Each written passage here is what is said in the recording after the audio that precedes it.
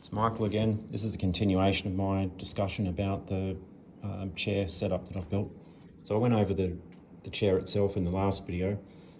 For monitor arms and support of other equipment, what I've used is a large 25mm ply base, and I recessed under that a large steel plate that's probably 200 by 200 and 10mm thick. That plate forms a support for this 80 by 80 vertical strut. Be aware that these help with rigidity by giving some vertical grasping of the pole. But if I had this without, I've got 4 large bolts going underneath from the plate that sits underneath here. Without that, this whole pole would be able to tilt forward. Even with these, it wouldn't be rigid enough.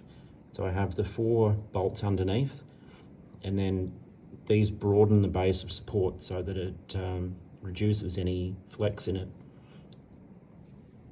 The weight of the chair holds it in position, and this forms the foundation for my monitor mounts, which I have on long arms to be able to rotate around in front of the chair. Beside it, I've got a small frame that I made. So I have an AVR from Denon. I use that for my audio. So all of my audio is multi-channel out through HDMI. Because these create a phantom monitor, I've also used it to mount my second monitor, which is just for administrative stuff. So it has a HDMI connection for the second monitor, and that's an old Pro amp that the input stage was blown up, so I've modified it and repaired it so that I can power it on and off when the computer turns on, and it runs my subwoofer for the audio. My cable management's pretty shite. I've got a couple of different hubs and I'm playing around with a few things at the moment, so I apologise that it's not up to the standard many of you would like. Let's have a look at the monitor arms. Generally, with a lot of hardware I see in the sim rigs and sort of T-slot extrusion or DIY structure anyway, the compromise that often ends up happening is that people want something that can move, be it a hinge or a rotating part, but they're not using a proper bearing system or something that gives it precision as well as movement capacity. So that means that they end up either having it too tight and not be able to move it, or they've got movement and there's slop in it. An example would be this arm here. So the arm provides a long lever upon which I've got another mount for the monitor.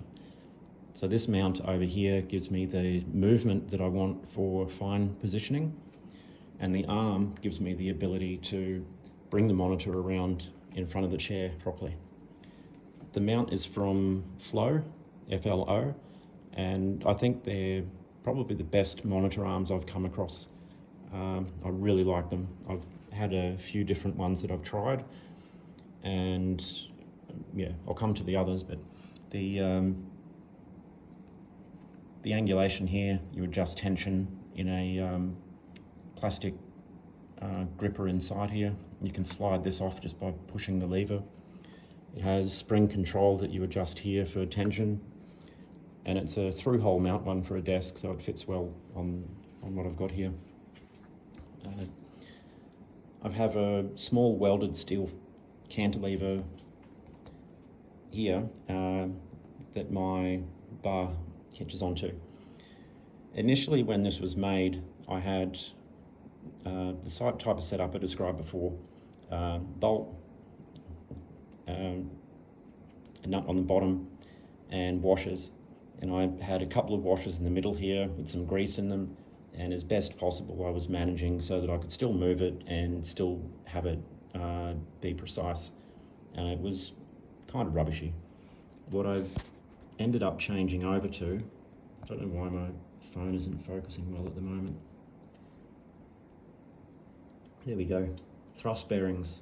So you can buy these for bugger all online. They're designed to take compressive load. So you tighten this with a bolt and nut as much as you like, and they will still move.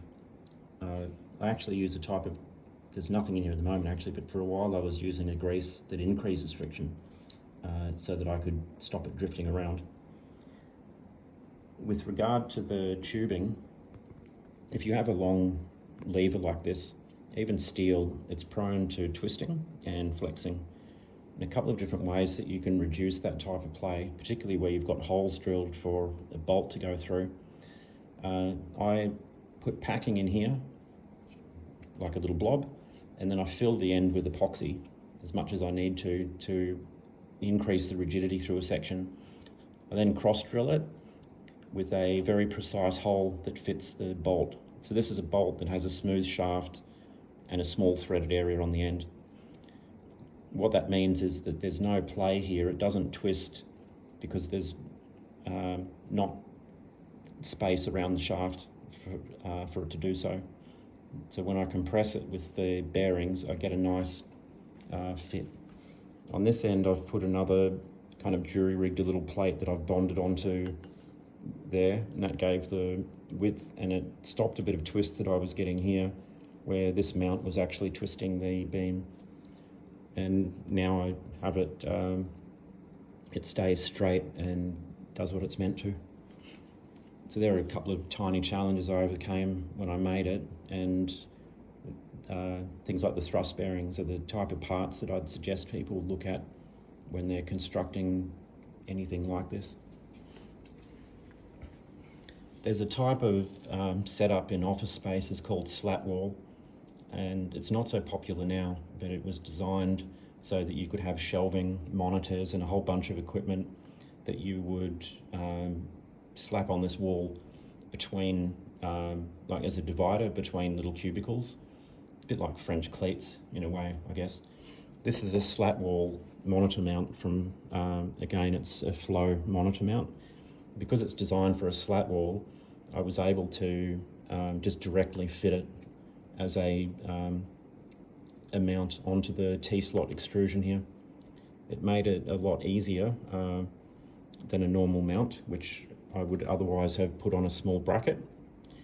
And what I like about this is that being designed for a vertical mount, it has horizontal movement here, and the arm is designed to go below and above the pivot arm, which is quite rare for a regular monitor mount, which usually is designed to come up from the place of mounting, and that becomes a hassle if you're wanting to not have it down low on the pole. So that's why I use this particular arm here. And this monitor's not worth commenting on. It's a second-hand one I bought years ago, just a cheap IPS 4K. The Alienware one is the 34-inch AW 3423 DWF, I think it is. It's an OLED ultra-wide. I really like it. It's a very nice monitor to look at. The benefit for me of the OLED is that there's no IPS glow at the edges, which is a reason why I never bothered with an ultra-wide.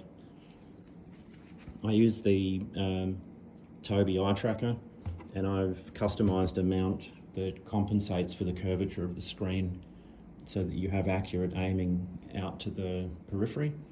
I might do a bit of a write-up on that later, but it's online for people to download. And that's all I'll talk about here.